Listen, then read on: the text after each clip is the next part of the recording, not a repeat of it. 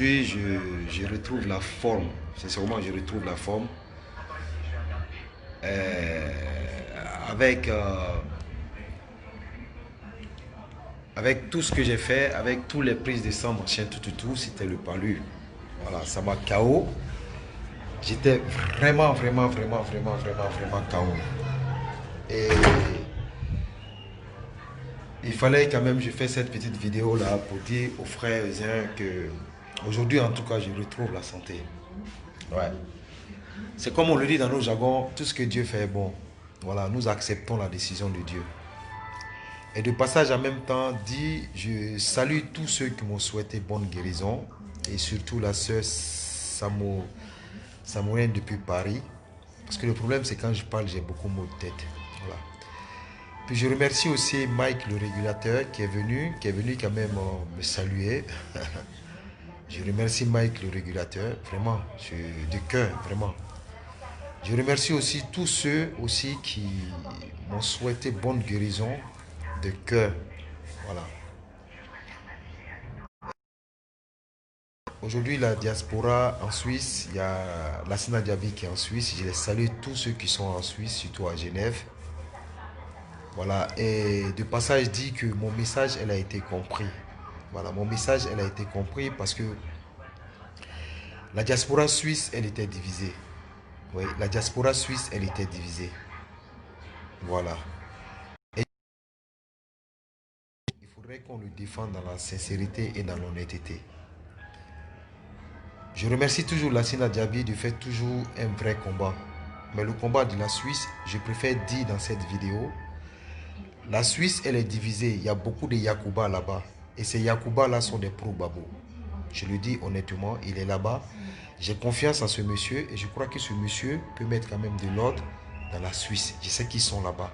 Aujourd'hui, nous sommes en politique, mais la politique là, ce n'est pas de se faire voir. La politique, c'est de convaincre nos adversaires. C'est de leur dire que le président Alassane Ouattara est dans le développement. Voilà. C'était mon petit coucou de passage à Lassina Diaby et son staff depuis Genève. Je les remercie en tout cas d'avoir compris mon message. Mon message, elle a été compris. Mon message, je pense que Lassina Diaby, il a très bien compris. Ils ont fait mon message, même si je n'ai pas été appelé. Voilà, par lui, mais je sais que j'ai laissé le conseil quand même à Alpha Yaya, qui a quand même fait la commission. Voilà, je remercie les délégués de tous, qui sont là-bas. Et dans ma vidéo encore, je vais essayer de parler un peu des sorties de nos opposants depuis Gagnoa. J'ai dit aux gens de LMP de mettre le pain dans leur verre quand même. Ouais, le pain dans leur verre. Voilà. Non, attends. Ouais, voilà. Et là, je suis à la maison, je me sens... J'ai toujours la tête qui me fait mal. Voilà. Et je compte rentrer bientôt en Suisse. Aller me soigner, aller me traiter bien là-bas. Parce que en parlant même, je ne suis pas trop en forme. Le paludisme, en principe, ça se soigne bien ici en Afrique. Voilà, que la Suisse. Parce que les Européens, ils n'ont pas encore le remède de ce paludisme-là. Voilà. Ils ont pas mangé de là. T'as qui mange ça. Voilà. Je m'excuse. Voilà. T'as qui mange ça. Voilà. Et le paludisme, ici, elle se soigne très bien. J'ai fait 2 examens. Et dans mes 2 examens, c'est le palud. Voilà. J'ai réussi à soigner. Je dis bien, moi, je remercie tous ceux qui sont de cœur avec moi. Et j'ai un peu brossé un peu. Je vais dire à mes frères LMP de mettre de l'eau dans leur verre. Oui, de mettre un peu d'eau dans leur verre. Parce que ce qui s'est passé à Gagnoa et ce qu'ils sont en train de dire à Gagnoa, ils n'ont qu'à essayer de mettre un peu d'eau dans leur verre. Parce que la guerre qui s'est passée dans le passé, là, ça n'a pas arrangé les Ivoiriens. Ça ne nous a même pas arrangé. Et surtout, vous les gars de Gagnoa, là, faites vraiment attention. Parce qu'il y a des choses qui se disent dans les coulisses où vous voulez attaquer nos frères. Essayez. Les frères Djoula qui sont là-bas là, ne sont pas vos ennemis. Oui. Les frères Djoula qui sont là-bas ne sont pas vos ennemis. Les frères Djoula qui sont là-bas, c'est la politique. Eux, ils sont pour le président Alassane Ouattara. Eux, ils n'en disconviennent pas que vous êtes pour Laurent Gbagbo. Mais essayez d'arrêter votre histoire d'agression. C'est-à-dire agresser ou bien aller attaquer les petits Djoula ou bien soit la nuit. Essayez d'arrêter. Politique. Je sais.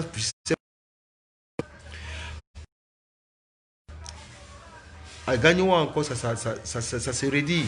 Ils veulent s'élever, ils veulent attaquer. Mais je vous dis cette vérité, les petits nordistes de là-bas sont prêts, ils vous attendent. Si vous vous levez, ils vont sortir. Ça, c'est clair et net. Si vous vous levez, ils vont sortir. Ils ne vont plus attendre les autorités. Parce qu'ils en ont marre des tueries qui se passent là-bas. Si vous vous levez, je vous jure qu'ils vont sortir. Parce qu'il y a eu un problème. Dans la guerre, il y a eu des Burkinabés qui avaient leur forêt. Ou peut-être vous avez dit, voilà, on a 5 hectares. Le Burkinabé, il a 2 hectares et toi tu as 3 hectares. Mais c'est le Burkinabé qui travaille tous ces hectares-là. Le Burkinabé, tu lui donnes 2 hectares au Burkinabé et puis toi-même tu as 3 hectares. Mais il met le café, cacao, il produit tout. Et pendant cette histoire de guerre-là, vous avez arraché leur forêt. Vous avez arraché leur forêt. Aujourd'hui, qu'est-ce qui s'est dit à Gagnoa? Vous dites que non, que les autochtones ont arraché vos forêts. Mais pourtant, c'est faux. Aujourd'hui, quand le président Alassane Ouattara a repris le pouvoir, ces autochtones sont venus reprendre leurs forêts. Ces autochtones sont venus reprendre leurs forêts. Et quand ils ont repris leurs forêts, vous dites non, que voilà, Ouattara a pris le pouvoir, les Djoula machin sont venus prendre vos forêts. Mais non, c'est vous qui leur avez donné leurs forêts. Vous donnez 5 hectares à cultiver. Et ces autochtones, vous leur donnez 2 hectares. Vous-même, vous avez 3 hectares. Ces autochtones travaillent dans vos champs. Ces autochtones travaillent dans vos champs. Et aujourd'hui, le président Alassane Ouattara au pouvoir, ils sont obligés de venir reprendre leurs forêts. Mais ils reprennent leurs forêts là. Essayez quand même de toujours aller en paix avec eux. Pourquoi vous êtes toujours prêts à tuer? Essayez de comprendre que tuer là, tous ceux qui font sortir le mot tuer dans leur bouche, ne peuvent pas faire sortir Gbagbo Laurent de prison. Non. Non. Vous devez comprendre que ces autochtones-là, c'est eux qui ont développé vos forêts. Ces autochtones-là, c'est eux qui ont développé votre ville. Parce que sans ces autochtones-là, Gagnoa là n'est rien.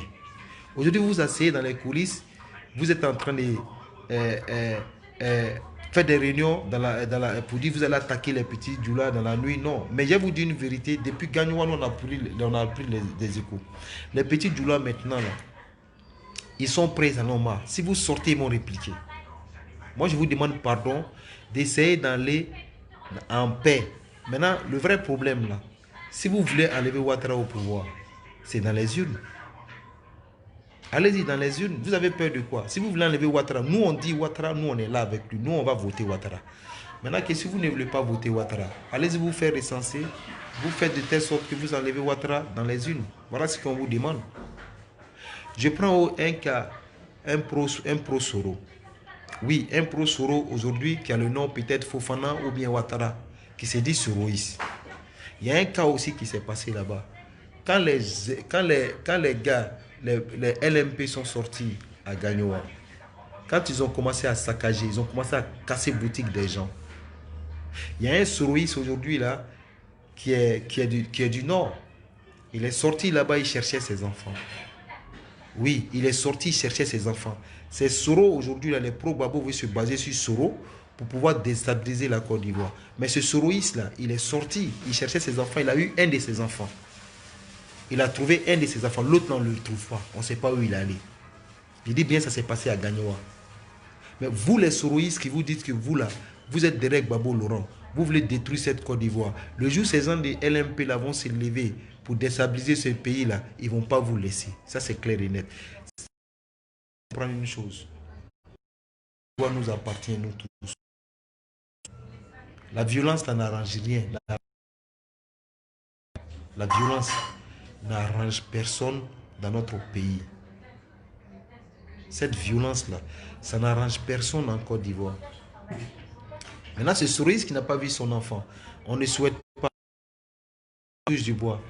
Et si son enfant meurt dans cette histoire-là, ce n'est pas les pro-Ouattara qui ont tué son enfant. Mais ce sont les LMP qui se sont levés pour tuer l'enfant de ce pro-Soro. Vous voyez comment Soro est dans une force politique. Soro est dans une force politique. Soro est dans une force politique. Je vais parler un peu des cyberactivistes aujourd'hui là. Nous avons là l'arrivée de Johnny Pacheco, c'est normal. Mais dans la vie là, chacun a sa chance. Chacun a sa chance. Chacun a sa chance. Et puis nous sommes en politique. Nous sommes en politique.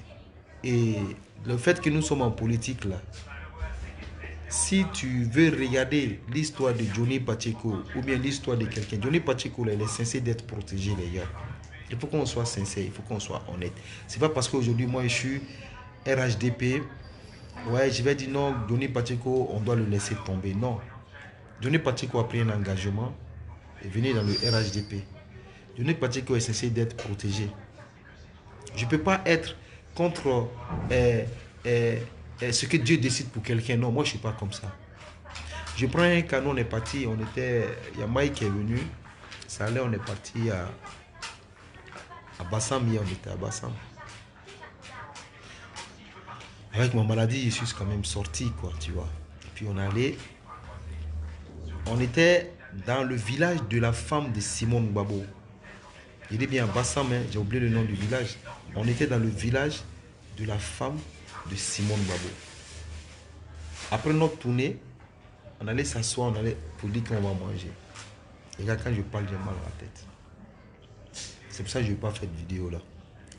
On allait s'asseoir pour dire qu'on va manger. Et dès qu'on est rentré, on mangeait, automatiquement, il y a des gens qui m'ont répété, ouais, voilà celui qui a dit des temps, et puis ils ont commencé à parler. Moi, je le dis carrément, moi, j'ai gros cœur. Moi, je dis à tous les gars de LMP, même ici, là, je le dis. Moi, j'ai gros cœur. Moi, IB, j'ai gros cœur. Moi, j'ai peur de rien. Je le dis, je le répète, moi, je marche avec mon cercueil sur la tête. Je n'ai peur de rien. Ça a failli tempêter là-bas. Jusqu'à même les gens disent, est-ce qu'avec ce qu'a dit, est-ce qu'il peut nager? Mais eux-mêmes, ils savent, tu vois, dans leur propre village, ils ne savent pas que moi, là, j'ai appris la natation même depuis la Suisse. C'est-à-dire l'eau là, je connais l'eau. Ils vont venir là. Moi, je peux faire 2 minutes en bas de l'eau. C'est-à-dire j'ai été formé, je suis un guerrier. Je le dis carrément à quelqu'un. Moi, je n'ai pas peur de quelque chose. Moi, je peux faire 2 minutes dans l'eau. C'est-à-dire, je mets chronomètre là, 2 minutes, je peux le faire dans l'eau. Donc, s'ils venaient là, 2 minutes là, c'est moi, j'allais les noyer. J'allais les noyer. Au moins, si j'allais partir, au moins, ça allait 4-5. Donc, c'est pour leur dire que eux, la vengeance qu'ils ont dans leur cœur là, cette vengeance chez nous là, elle est là. Mais nous, on essaye de triser pour nous. On essaye de rouler en paix parce que nous ne voulons pas la guerre en Côte d'Ivoire. Mais les jeunes, là, ce qu'ils étaient en train de dire là-bas, ouais, il y a un qui y avait funérailles de gars. Il dit, ouais, il est mort, non, il est mort. Moi, j'étais là, je les regardais. Arrivé un moment, même mon propre mousseau, tout, ils ont voulu qu'on partait. Mike, il était là. Mike a dit, non, il reste. Et puis on est resté. Mais pas fini, même, ça a gâté notre tournée depuis Bassam. Après, on est rentré. Voici leur image. Oui, ils sont là dans tuer, ils veulent faire du mal, Mais moi, j'étais gamin là-bas. Mais la personne qui parlait, je le visais. C'est-à-dire, c'est lui qui était mon cible. Lui, il était mon cible. C'est-à-dire, la personne où je suis rentré, c'est la personne qui était mon cible. Si ça pétait, non, j'ai tombé avec lui. Je lui dis, je vous jure, j'ai tombé avec lui. Je n'ai pas reculé. Ils allaient venir voir. Mais la personne qui a été la première à me faire, je le visais. Je lui vous dis carrément, je le visais. Tous les gens étaient là. Je le visais. Mais lui, ça ne rendait pas compte que je le visais. Si ça faisait paix, je me levais, je cassais une bouteille là, et puis je mettais dans lui parce qu'il sait que je n'allais pas m'en sortir. Voilà leur idée. Voilà comment nous on est. Nous on se prépare, on ne va pas attaquer. C'est pour vous dire qu'on est toujours en défensif. Donc cette idée là, tant qu'ils n'arrêtent pas ça là, Ouattara là, nous on ne peut pas changer. Ouattara, on ne peut pas le jeter. Ouattara, nous on l'a mis là, on est derrière lui. On ne va pas quitter derrière le président Ouattara. Ça, c'est clair et net. Voilà un peu leur mentalité. Et puis, les papas, les vieux qui sont à Gagnoa, là, essayez de conseiller vos enfants. Ça veut dire quoi? Vous, les vieux, là, vos enfants veulent sortir, aller attaquer, là. Dites-leur non, que ce n'est pas bon. Mais vous-même, les vieux de Gozo, vous dites à vos enfants d'aller attaquer. Mais vous croyez qu'un vieux Djoula ne peut pas dire à ses enfants sortez aller attaquer les BT ou bien sortez aller attaquer les gens du LMP? Nous, nos parents là, quand il s'agit d'un truc comme ça, nos parents ils rentrent, ils disent non, ne sortez pas, ne sortez pas. C'est pas une peur, c'est pas une faiblesse. Mais c'est parce qu'ils ne veulent pas voir le sang, parce que nous on a la crainte de Dieu dans notre cœur. Vous non. Vous non, vous n'avez pas la crainte de Dieu. Donc vos enfants veulent sortir, aller attaquer les nordistes ou bien aller attaquer les gens du RHDP. Dites-les non, ne sortez pas. Dites-les non. C'est des gens que vous avez vécu avec eux dans votre propre village. Et aujourd'hui, vous allez vous lever comme des gens que vous avez acceptés, des gens que vous avez adoptés. Et puis ces mêmes personnes encore, vous allez vous lever à gauche, vous allez les tuer. Il faut que vous arrêtez cette mentalité. Cette mentalité, que tu sois burkinabé. Aujourd'hui, là, on a des enfants, des BT qui ont des enfants avec des burkinabés. J'ai un cas comme ça chez moi ici. Une fille qui a un enfant avec un jeune burkinabé. Aujourd'hui, là, une fille BT qui a eu un enfant avec un burkinabé. Cette fille BT, là, elle est où? Quelle position vous lui donnez? Aujourd'hui, ses parents, qu'est-ce qu'ils font? Ils ont abandonné cette fille. Parce que quoi? La fille, elle a eu un enfant avec un burkinabé. Est-ce que vous, les BT, vous êtes plus mieux que les burkinabés? Ou bien vous qui traitez les Ivoiriens des burkinabés, est-ce que vous êtes plus mieux que eux? Essayez de comprendre qu'on doit tous vivre ensemble, les gars. On doit tous vivre ensemble.